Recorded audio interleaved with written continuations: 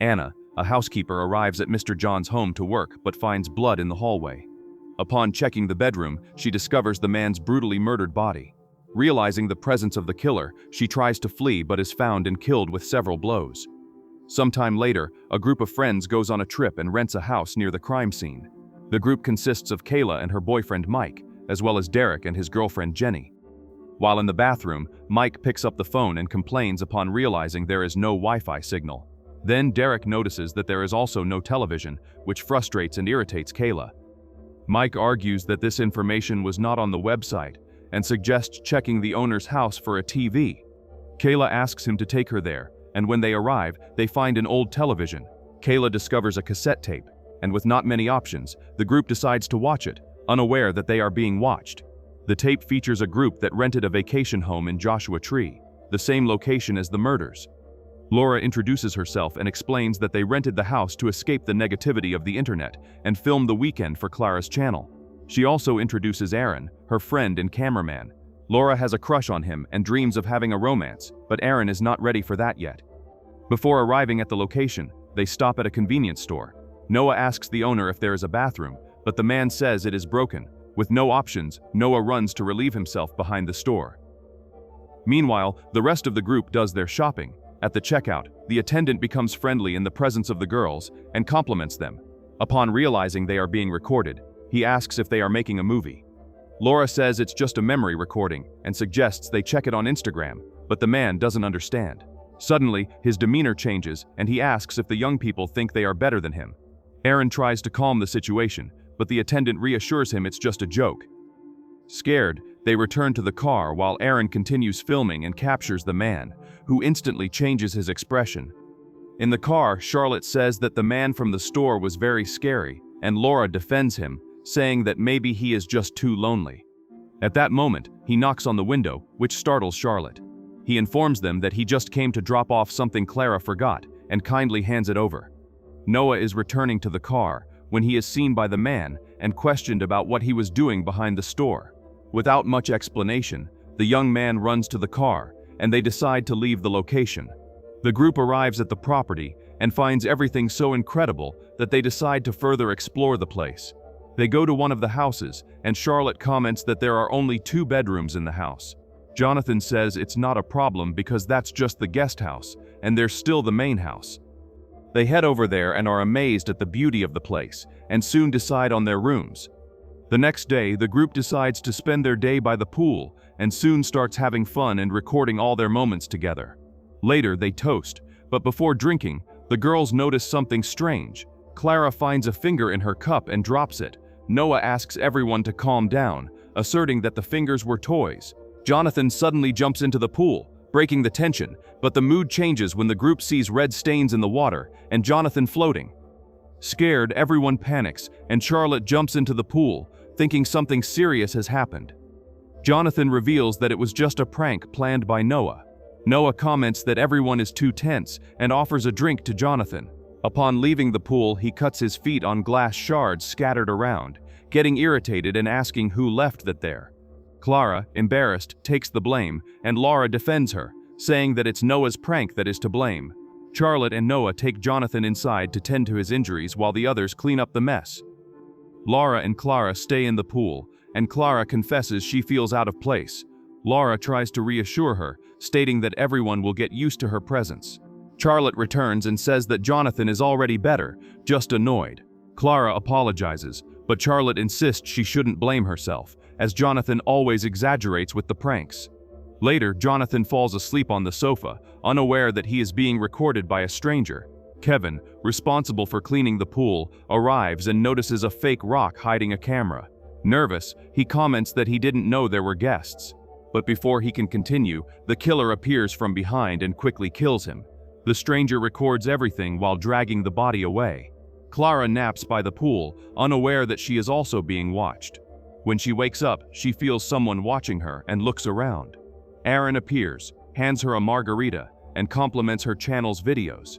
The conversation is interrupted by Laura, who asks him to come back inside.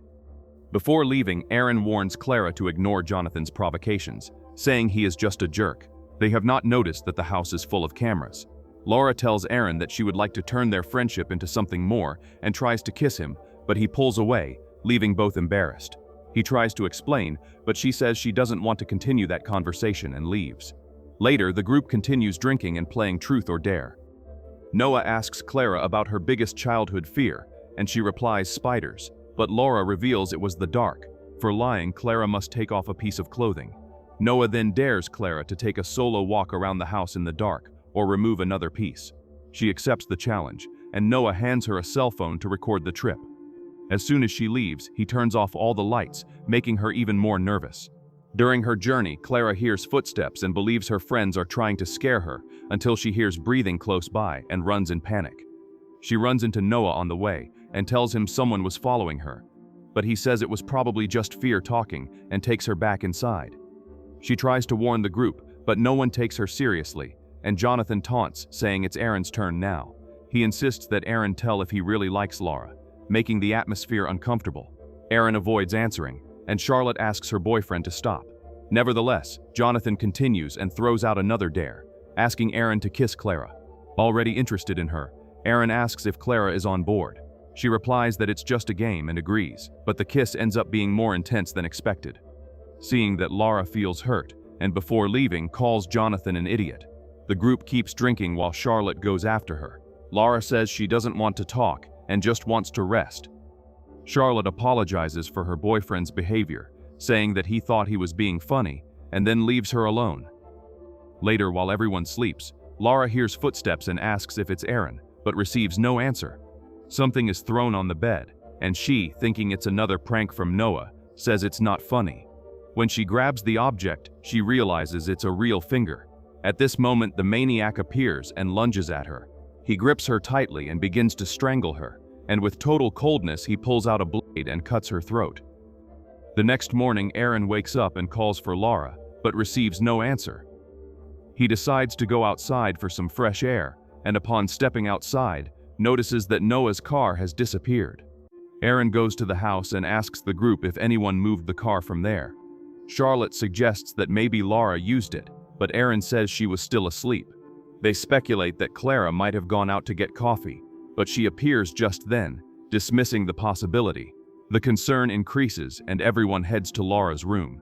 When they arrive, they realize she is not there, and her bags are also missing. Irritated, Aaron accuses Jonathan of causing the entire situation. Jonathan responds by saying he only tried to help since he knew Aaron was interested in Clara. Aaron retorts that it has gone too far, but Jonathan just insists it was only a game. Charlotte, indignant, slaps him and says he is an idiot. Suddenly, the phone rings. Jonathan runs to answer it, and the others ask who is calling. He says it's the property owner. Jonathan tries to resolve the situation and assures that everyone is fine and they don't need help, but Charlotte takes the phone before he complicates things. She explains what happened, and the man advises them to call the friend who stayed in the city to pick them up, and if he can't, there's a nearby taxi point. Charlotte relays the information to the group, but Noah becomes furious with Laura, remembering that the vacation was her idea, and now she leaves them behind taking the car. Charlotte tries to make them understand Laura's situation, and even though they are irritated and worried, they agree that maybe she just needed to get away from there. Later, Clara remains alone in her room, thoughtful, until Aaron appears. He says he went to apologize because he never told her that Laura liked him. Clara asks why he avoids her, and Aaron replies with a smile that he likes someone else. She comments that Laura overreacts with her emotions, but that shouldn't be a reason for her to abandon them like that. Clara starts to blame herself, saying that maybe she contributed to that, and she alerts him that she is going for a walk to clear her mind. Before leaving, she says she is glad he rejected Laura. Clara goes to the others who are at the pool and invites them for a walk. Even with the heat, they agree and follow her, while Jonathan records everything. During a pause in the trip, it becomes clear that someone is watching them from a distance. Charlotte asks Jonathan to take some pictures of her because she wants to update her gallery. At that moment, Clara realizes Noah is missing and warns the group, which starts joking about the situation until Noah suddenly appears from behind some bushes and scares everyone, revealing that he was hiding. The girls don't like the joke, but Jonathan finds it funny and laughs with his friend. Meanwhile, at the property, Aaron films the location without realizing he is being watched by a murderer. He records a message for Laura, admitting that he wronged her and commenting on how dramatic the way she left without saying goodbye was. During the recording, he notices a suspicious teddy bear and suspects it might be a camera. Upon grabbing it, he confirms his suspicion. He heads to the room to get the laptop, and before leaving, he finds another hidden camera in the room. Shocked, he tears the camera out and tries to understand what's going on. He positions his own camera and begins to record everything he found. Then, he tears the teddy bear apart to take out the memory card and check the content. In the recording, he sees Laura crying and apologizing. This leaves him shaken, but before he can watch the rest, the killer appears behind him and strikes him hard on the head, causing him to pass out. He then strangulates him using the backpack and finishes with an even stronger blow. Back with the group, they take another break to hydrate and do not notice the hidden camera right in front of them.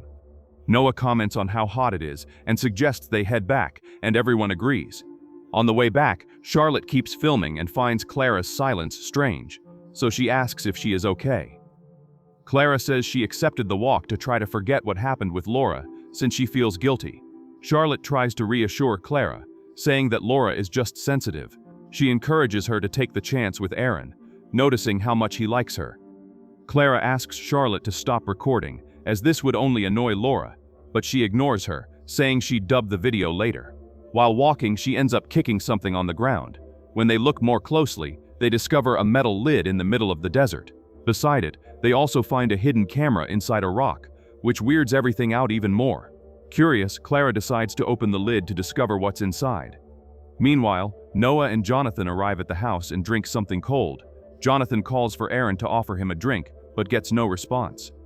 Worried, he heads to the other house to look for him, but finds no sign of him anywhere. Upon returning, he comments to Noah that Aaron is not there and notices that his camera is also missing.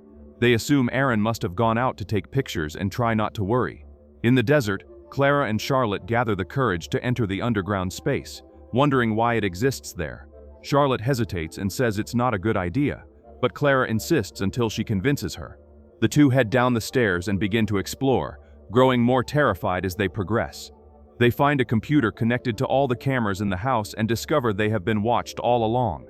While they sort through the files, they come across an intimate video of Charlotte and Jonathan.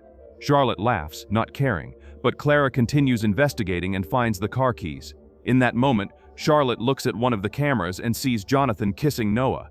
Outside, Jonathan and Noah are still uncomfortable because of the kiss, and Noah pulls away, saying he will get something to drink.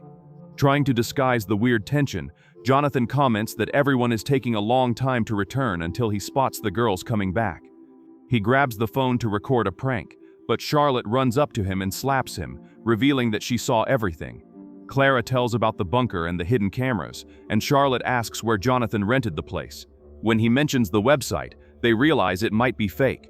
Clara returns the car keys to Noah, and everyone wonders where Laura and Aaron are, but no one knows how to answer.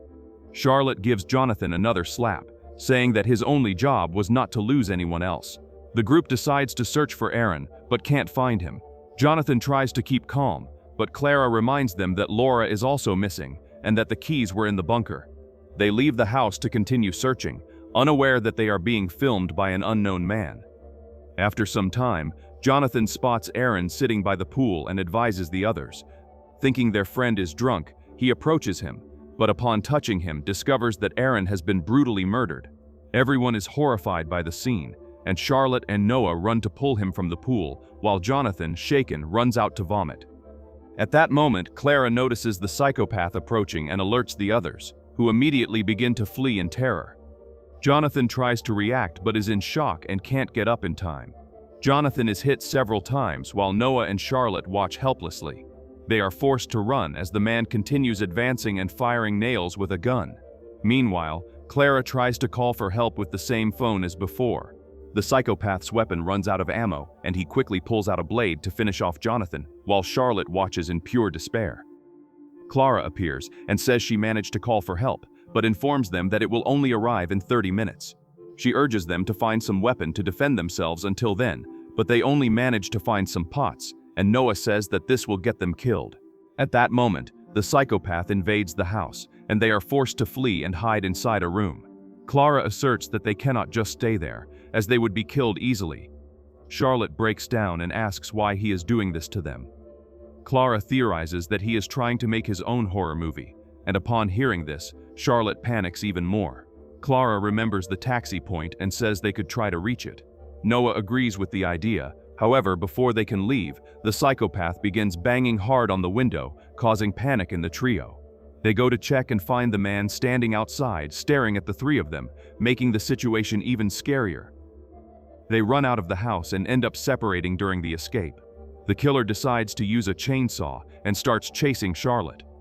In the distance, Noah hears her screams and decides to wait. When Charlotte gets closer, Noah hides, and at the moment the killer passes, he hits him with a bottle of drink.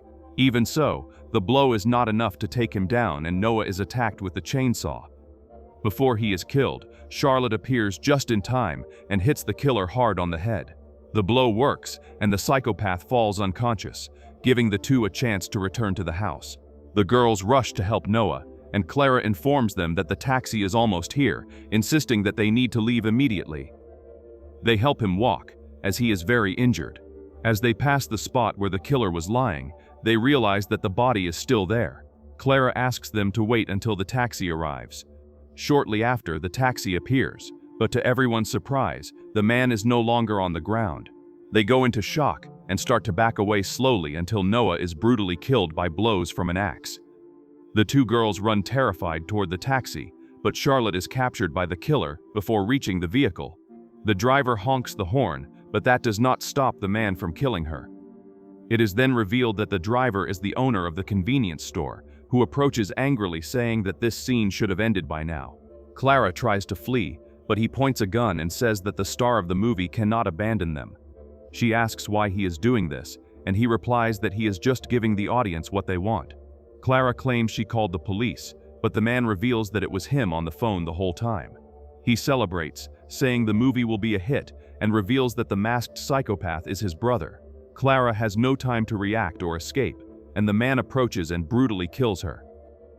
Back with the previous group, they all thought the movie was really good, except Kayla, who says they need to leave urgently. Jenny comments that it's just a movie, and everyone smiles, but at that moment someone knocks on the door. Kayla offers to open it and go out, and the worried friends follow her but find no one. Feeling that everything is suspicious and fearing for their lives, they decide to leave. They run to the car but discover that it isn't working, and that there is a camera inside the vehicle.